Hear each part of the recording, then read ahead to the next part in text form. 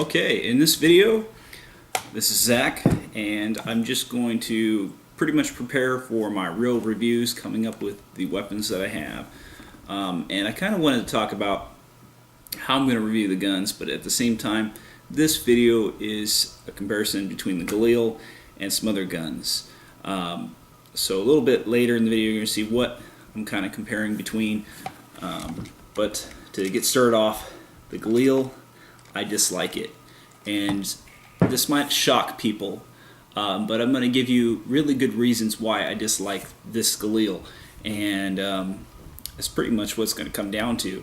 I have really high quality standards, and the Galil made by King Arms, the one I have right here, is the longer assault rifle version.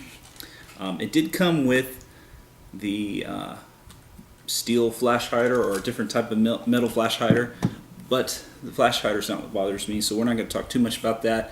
Let's get right into the things I do not like about what is going on with this Galil. First off, this seems to be made in 2008, and the standards back then, or the quality compared to now, is totally different. I have a SIG 5.56 shorty in my left hand right here, and this SIG 5.56 shorty is much better quality than this Galil is, and this Galil cost me about $350 with shipping from Hobby Asia, which is probably the cheapest you're going to get for an electric blowback Galil, which you can see right here. I have difficulty pulling it back because of the way it's made. But the SIG 5.56 shorty that I have over here is way better quality. It's thicker, it's a nicer finish on it, it doesn't scratch as easily, so I guess we could say it's the same with the finish. This looks like very quickly from new to getting so it looks like it's so used. When I first opened up this Galil, I thought it was going to be a really good solid construction, but this is made in 2008. Again, it's not as solid as SIG 5.56. I opened it, and the long barrel right here with the gas tube was crooked. If you'll notice in the unboxing video, I had to actually turn it, and it was real crooked. Now it's straight, but it doesn't take very much. It's just kind of there. Talking about how thick the construction is of the Galil, it's actually thick in certain areas, like the body is pretty thick. In some areas you can see that's pretty thick metal. It's a nice metal, but the finish is terrible. It is absolutely terrible. It's more like a JG finish in my opinion. If you look over here, you can actually see there's some scratch marks, as well as on top of the charging handle up here, there's some gray scratch marks. And it's very thin metal on that, plus this. It's pretty hard metal. They still left it with really hard metal. But the thing with this King Arms Galil that really just agitates me the most is the thinness of some of the parts, and that it's built too big. It's actually they went past stiffness. We have a lot of grinding that I cannot tolerate. When I put the lid on here, it sometimes just rubs up against it so bad. All I hear is as I'm shooting it, and the metal, the metal dust, I guess we would call it, just comes off, and it makes a huge mess on my fingers. It doesn't have that feel like it does right now, because it doesn't really have anything to grind up against. It's this piece. They didn't make it correct. This feels more like part of a prototype before they got out the version I was expecting. They have other areas, like the magazine release button. You can't hear it very well, but I can hear that. It's just scraping metal on metal. When I pull down the trigger select,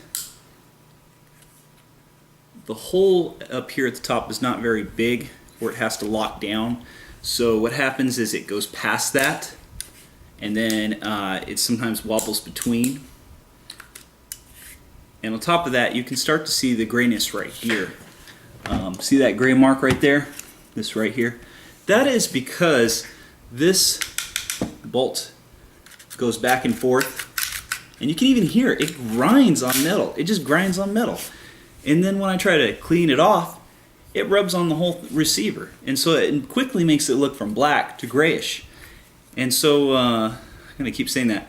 Also, what I did not like is right in here, there was a rubber washer, which was on there very tight. So what would happen is, as the charging handle goes back and forth, it rubbed against this metal, and it broke. Just ripped. There was nothing I could do about that. So I was thinking about maybe soldering something there, but it doesn't seem to be useful. I just pulling this, I see it shoots without it. What was the point of it? It still goes all the way forward. It still comes back. It seems to be working a little bit better without the rubber stopper. So I kind of like other things that really the gun, when I have to put the battery in, I'll pull this back. I do like that I can put the battery in the gas tube, but it is such thin metal. It's really thin metal. Also, this piece gets to be a pain to put back on. You have to put it on perfectly. You can see here that now it looks like this is solid, but it's really not. I can bend that pretty easily. It probably needs to be tightened. There is hop up on this gun down in here. Let me move this out of the way before I knock something down. Down in here. But let me get to another thing that I really don't like about this gun. The dummy selector switch. It's very agitating because this would be a better selector switch, in my opinion, than the one over here. Simply, the one that's a dummy doesn't do anything to the other side, which a real Galil would. And when I do the stock,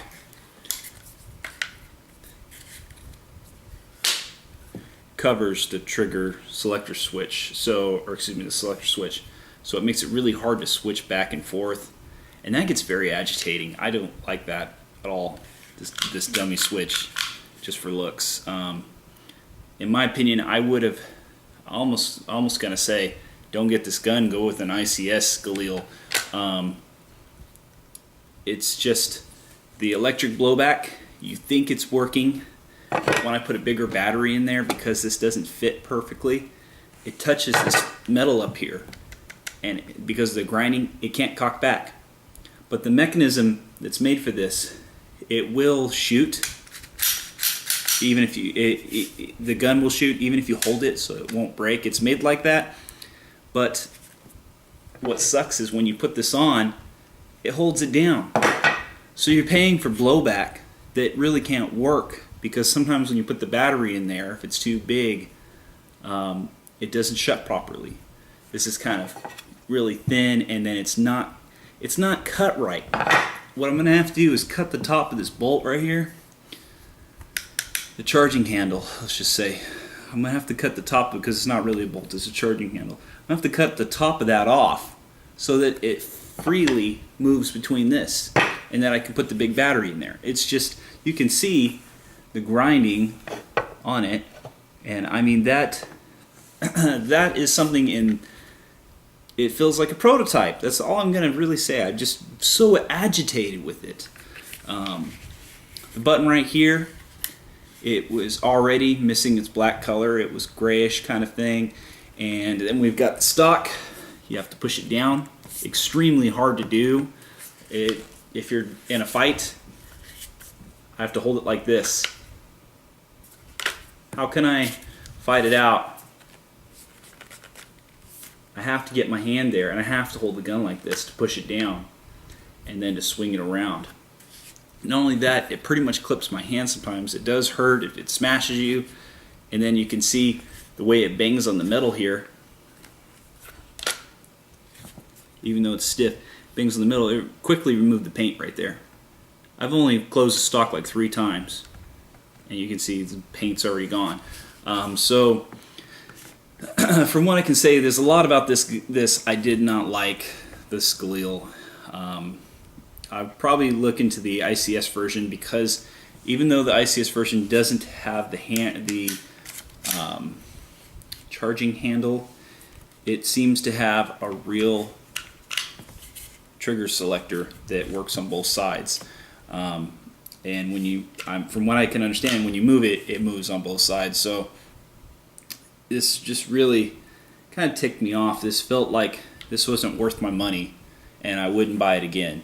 I'm not going to be able to really sell it back for what I paid for it, and especially after I make this video, and you see the flaws that it has, who wants to pay the money that I paid to have it, right? It's still Galil. I like Galils. I just don't like the way this was made back in 2008.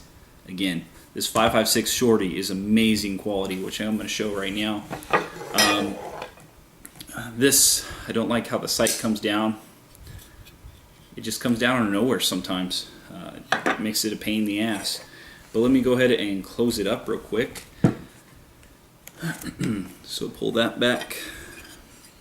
Put this in. I do like the fact I can put a big battery in here.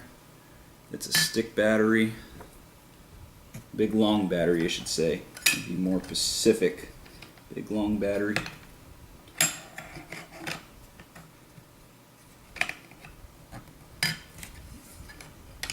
Yeah, the metal on this is just so thin in some areas. It's ridiculous. They have thick and then thin. It's like use the same quality. I mean, it's just so thin. I just don't care if it's based on the real steel, if it's real thin in some areas. It's just the way you're using it. I'd like to have the high quality of it. We've got the charging handle on the 5.56. It's just thick, and this is really thin. Probably to give it that movement so it can move, but it doesn't really move in this gun anyways. So I really feel like this gun is a prototype. See there again, it fell down.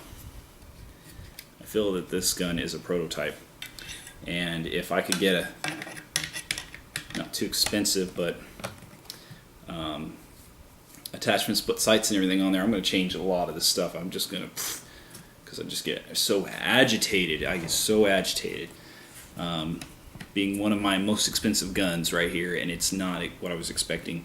So right here, this is such a tight fit. Sometimes it's a pain to try to lock it in there. Because see, now it won't go. No matter how much I push down, it's such a tight pain. And you can see that the front is lined up perfectly.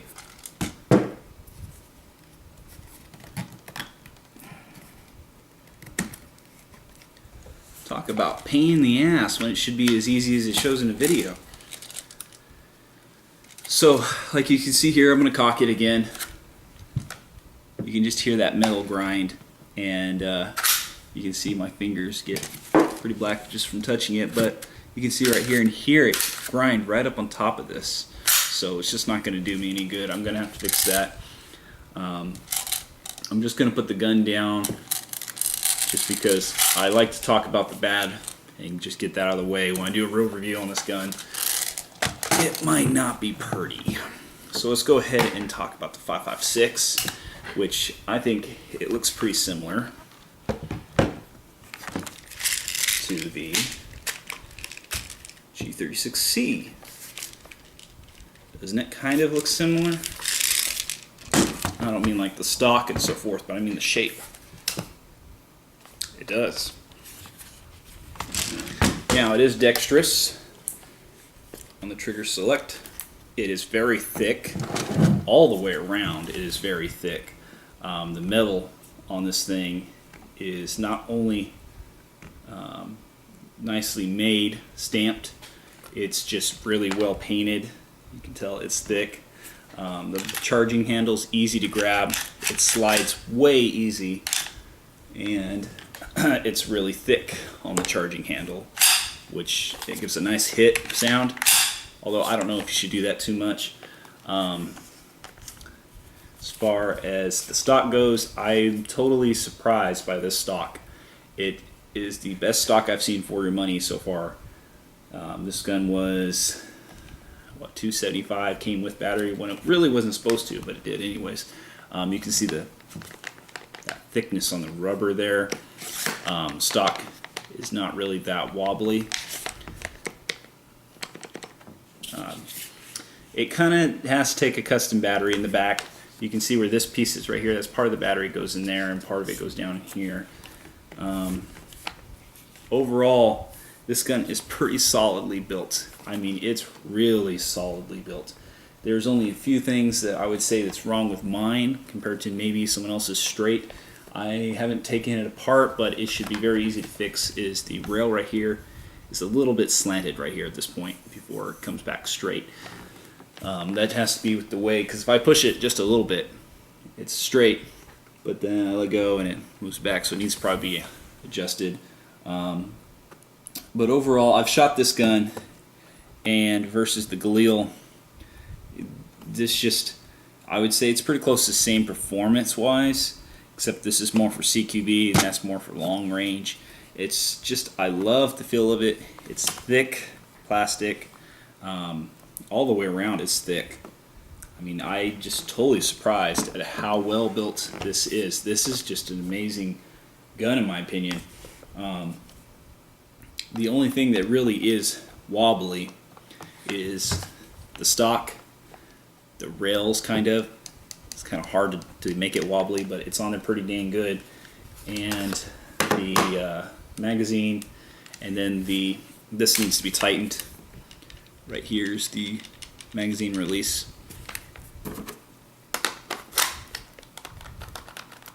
But overall, this gun is just, it feels like a beastie weapon. That's what it does. It feels like this weapon will get the job done just as pretty much as well as the G36C in a close quarter fight. I love that. It's kind of hard to get this up, but again, the quality of the sights is really nice. Overall, I would give this gun a 9 out of 10, simply because it's pretty darn close to a 10 without even going and shooting it out, showing the accuracy of it. I'm sure it's going to be really accurate after I put the scope on it. I haven't shot it with the scope, but this gun is just, it's, in my opinion, a great gun compared to my Galil. I do not like that thing, so that's why I dislike the Galil. I don't know what I'm going to do other than modify it. Going to have to. Comparison to the G36C with the SIG 556. The polymer is, I'm not sure if this has some polymer in it. I believe it does, but the polymer in this is really thick. The stock is probably the best stock that I have, especially as a folding stock, because it locks in place. It doesn't really crush my hand as this one does because it's a metal, so when you swing it, it kind of swings fast. This one doesn't swing as much. The rubber on here is a lot thicker than any of the others. And it just comes together nice. When you shoot it, it's a very accurate gun. I love this gun. The electric blowback on this. I love the SIG 556, how it has that tab where you can pull it.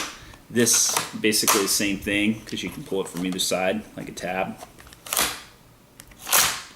And you can, I always try to go over this because this is kind of important. You can lock it. There's a little button down here next to the trigger, but you want to be careful not to shoot it while it's locked or you're holding it back.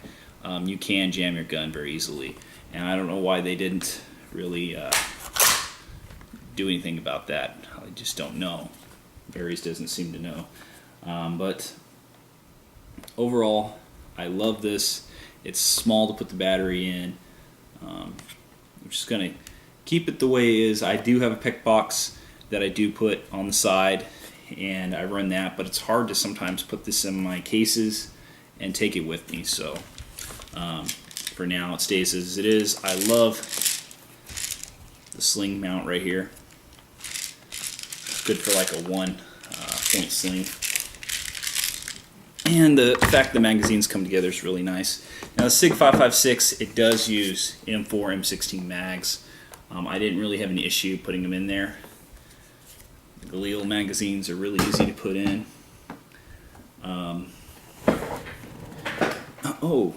Might as well just talk about that. Another thing about the SIG 5.56 stock that I really love, or should I say the buffer tube, but it is part of the stock area. It is extremely thick. This is very nice fine metal. When you feel it, it's very smooth. You're like, wow, this is nicely made. The battery's in there. It's not going to get cut like my deep fire one, which I'm going to explain now and show. But you can see the thickness on the inside of this is just absolutely huge. So maybe over the years, King Arms, up their quality instead of it felt like the prototype with the Galil. But I love that gun quite a bit.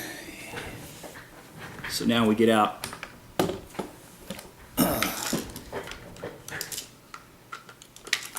this weapon, and this weapon I really love a lot. Like I kind of just said earlier, the M16 mags or the M4 mags don't really fit very well in this gun. I had to really grind it down, and it still has an issue. It's just made way too damn tight. So tight that you really almost get no wobble whatsoever. But what I really like about this gun is the fact of the rails. Now, deep fire, for some reason, this is not sharp over here on this rail top until you get to the actual barrel area where the barrel comes out from here and goes forward. But you can see this is real sharp. This cut my fingers real bad. So I kind of just, for now, had the handrails there. And the sight on this thing, I just absolutely love. I gotta hand it to Airsplat. This sight is just amazing. Looking inside of it is really amazing. It's hard to, I'm gonna have to zoom in for a little bit, but what I like a lot is when I turn it on for nighttime use, it's a nice blue color. It's actually really dark blue, really dark blue. I like the magnification from 2 to 7 easily with pulling this tab right here up all the way up to 7. When I turn the green laser on that I have underneath it, it actually looks very nice looking down the scope. A dark blue with a dark green, and it's right on sight, straight. Same thing with the SIG 5.56. The sights were very straight, and I just felt that gun was really made well. One thing to note about the 5.56 that I remembered now, with the 5.56, it's really hot in here, so try not to sweat too much. The only thing that I kind of dislike, but it's really not anything to beef about, is if you look really close, the metal kind of leaves open to the gearbox, so you can see the gearbox in there, and that kind of bothers me from time to time with certain weapons, because the bottom of it, they'll have like an opening in here that will show the gearbox. It's not covered, but then I'll get another gun that's an M4 and it's covered. So sometimes G&G covers it, sometimes they don't. Same brand. But talking about this gun, because let's get into this one. This one is so nice. I love this one now. When I first got it, flash hider is still on there, a little crooked. Well, I should say sideways. It's not on there crooked where it's straight, but it's just sideways. It's not in a way that I can put the ICS silencer on it. Stock is really wobbly, and this is where I do not like part of the gun. The rest of the gun is amazing. Pulling the charging handle, because I'll talk about the bat after that, makes it easy to adjust the hop up, push it forward and close it. the charging handle, the roll pin in here, was a little too small, and it kept falling out, and it actually scratched up the gun a little bit. This has a really nice finish to it. It really took a long time to scratch it up, but because the roll pin was down, it eventually did after so many times pulling the charging handle. Who doesn't like to pull the charging handle, you know? So going on that, it fell out inside the gun one day, and luckily I found it. I was looking around the whole house in that, the whole room, excuse me, the whole house, everywhere in that room. It was carpet, and I was like, I cannot find it. And I just, looked at it, and I said, oh, it's inside the gun. It has to be. Maybe it fell in there. Took it apart, and there it was. Can you believe that? So what I did was I took a screwdriver, and I made it bigger, and then I popped it in. So now it works fine. Going to the stock, I absolutely hate this stock on this gun. I'll let you know that now, deep fire. The rest of the gun is great. It's just the stock is where you fall real bad. It's cut, so it makes it easy to pull the Dean's plug out to the side, which is a great idea, but it's such thin metal and it's so sharp. It's destroyed my wires. I've actually had to, I don't know if you can see down there very well, had to rewire it, had it resoldered. It's just cut them bad. Right here where the stock closes up, it cut the wires bad and was causing a short. So I did not like this at all. If I'm going to buy a stock, I'm going to get a new stock from King Arms because it's really thick. That stock was absolutely amazing looking. I don't like this design with these tabs. It's only got one piece that hooks, and because of that, it comes forward and out very easily. It wobbles so bad, it just gets to be a pain. But what really was bad, I tried filing it down, and it's still kind of sharp. You can see it just totally, it ate my battery wire. It just, when I close it up, you think it's not cutting it, you take it off, and oh my gosh, gotta go rewire it. So terrible. So I actually cut this and made it shorter so that it would bound up in there, and I tried to get away from that, but it's still sharp. No matter how much filing down I did, it's like I gotta put rubber or something, and I gotta go out of my own way to get past that. But so that's the reasons why I dislike my Galil. I definitely would prefer any of these before I prefer this Galil, and these are all cheaper than the Galil. Now I would really like a Galil, but if I could get away from those things that I said, and as much as I paid for them, it should be better than these. Quality wise, it should be better, but it's just not. If we're talking about internals, I haven't had, since these are newer guns, I haven't had them break down other than the short in this and the Ares G36C. But as far as the Galil, it's the externals bothers me so much. It just bothers me so much, and I might pick and say, well, this is why I don't like this, why I don't like it. It feels like a prototype. I'm just going to keep saying that. It just needs, the metal needs to be cut a little bit better. It needs to be thicker in some areas. If they can make, put this down. If they can make this gun as good as they did, and it feels so much better than that Galil, they could remake the Galil and make, it dexterous on both sides, thicker.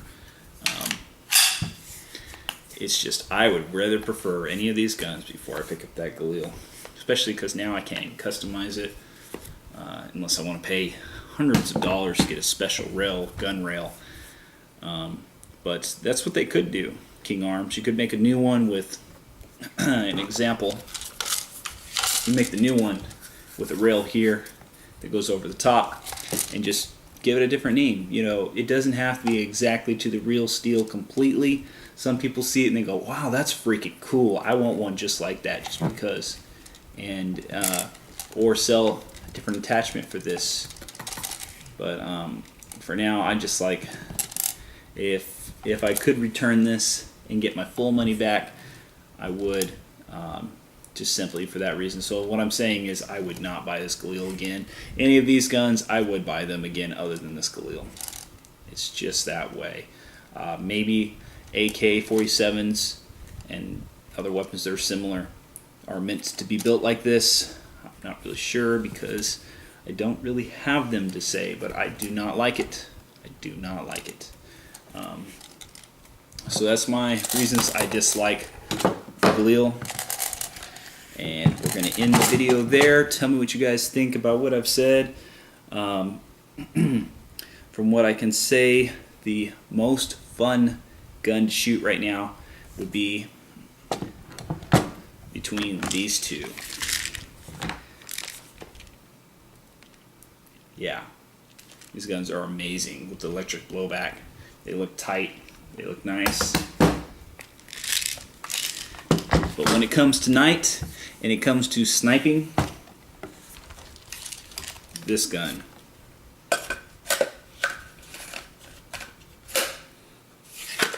with its sight is amazing, and the green laser. Let me go ahead and show that sight so you guys can see how freaking cool it is.